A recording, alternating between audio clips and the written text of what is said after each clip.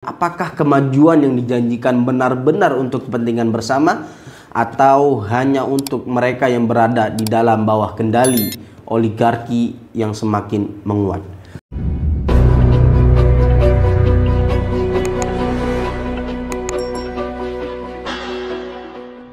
Proyek strategis nasional PIK 2 memang digembar-gemborkan sebagai langkah maju dan pembangunan ekonomi dan infrastruktur Indonesia. Namun di balik megahnya proyek ini terdapat sebuah kenyataan yang sering kali terabaikan. Dominasi kekuatan oligarki dalam proses perencanaan dan pengambil alihan keputusan.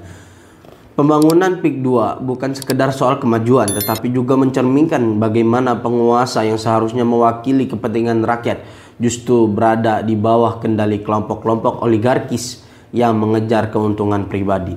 Oligarki yang terdiri dari segelintir pengusaha dan pemilik modal besar seringkali menjadi aktor utama dalam proyek-proyek besar semacam ini. Keputusan-keputusan strategis mengenai pembangunan PIK 2 tidak jarang didorong oleh kepentingan para pemodal besar yang lebih mengutamakan keuntungan jangka pendek daripada mengutamakan kesejahteraan rakyat. Masyarakat yang seharusnya mendapat manfaat dari proyek ini seringkali menjadi korban dari kebijakan yang lebih banyak menguntungkan segelintir pihak. Para pengusaha dan pemangku kebijakan yang berada di belakang proyek ini banyak diantaranya memiliki hubungan erat dengan para oligarki. Hal ini menciptakan sebuah hubungan simbiotik antara kekuasaan dan modal, di mana kebijakan-kebijakan yang diambil lebih berfokus pada memfasilitasi kepentingan segelintir orang kaya daripada menciptakan manfaat yang luas bagi rakyat Indonesia. Keterlibatan oligarki dalam pengambilan keputusan ini seringkali mengarah pada ketidakadilan, timpangan ekonomi, dan kurangnya transparansi dalam pengelolaan proyek. Lebih parah lagi, ketika proyek besar seperti PIK 2 dijalankan, tidak jarang terdapat praktik-praktik yang melibatkan pemindahan tanah dan aset-aset negara tanpa pertimbangkan hak-hak rakyat yang terdampak pembangunan infrastruktur yang seharusnya membawa kemajuan malah justru menguntungkan mereka yang sudah kaya dan berkuasa.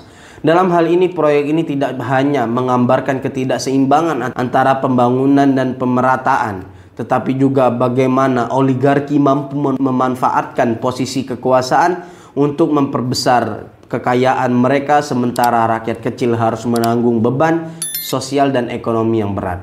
Dalam video ini kita dihadapkan pada kenyataan pahit bahwa proyek PIK 2 lebih dari sekedar upaya membangun ekonomi. Proyek ini menjadi ajang bagi para oligarki untuk mengukuhkan dominasi mereka atas kebijakan negara. Sebuah pertanyaan mendalam muncul. Siapa sebenarnya yang diuntungkan dari proyek besar ini? Rakyat atau justru mereka yang berada di balik layar yang tak pernah merasakan langsung dampak negatif dari keputusan-keputusan yang mereka ambil? Penting bagi kita untuk lebih kritis dan menyadari bahwa dalam banyak kasus kebijakan pembangunan yang seharusnya untuk rakyat seringkali dimanipulasi untuk kepentingan segelintir orang. Dalam konteks PIK 2, kita harus bertanya, apakah kemajuan yang dijanjikan benar-benar untuk kepentingan bersama atau hanya untuk mereka yang berada di dalam bawah kendali oligarki yang semakin menguat? Kenapa pemerintah bisa dikendalikan oleh oligarki? Karena oligarkilah yang selama ini mendukung dana kampanye pemerintah saat mereka mencalonkan dulu. Itulah buruknya sistem demokrasi kita yang mahal. Sistem demokrasi hanya melahirkan orang-orang serakah yang tak peduli urusan rakyat. Sampai kapan kita mau pakai demokrasi seperti ini? Salam akal sehat.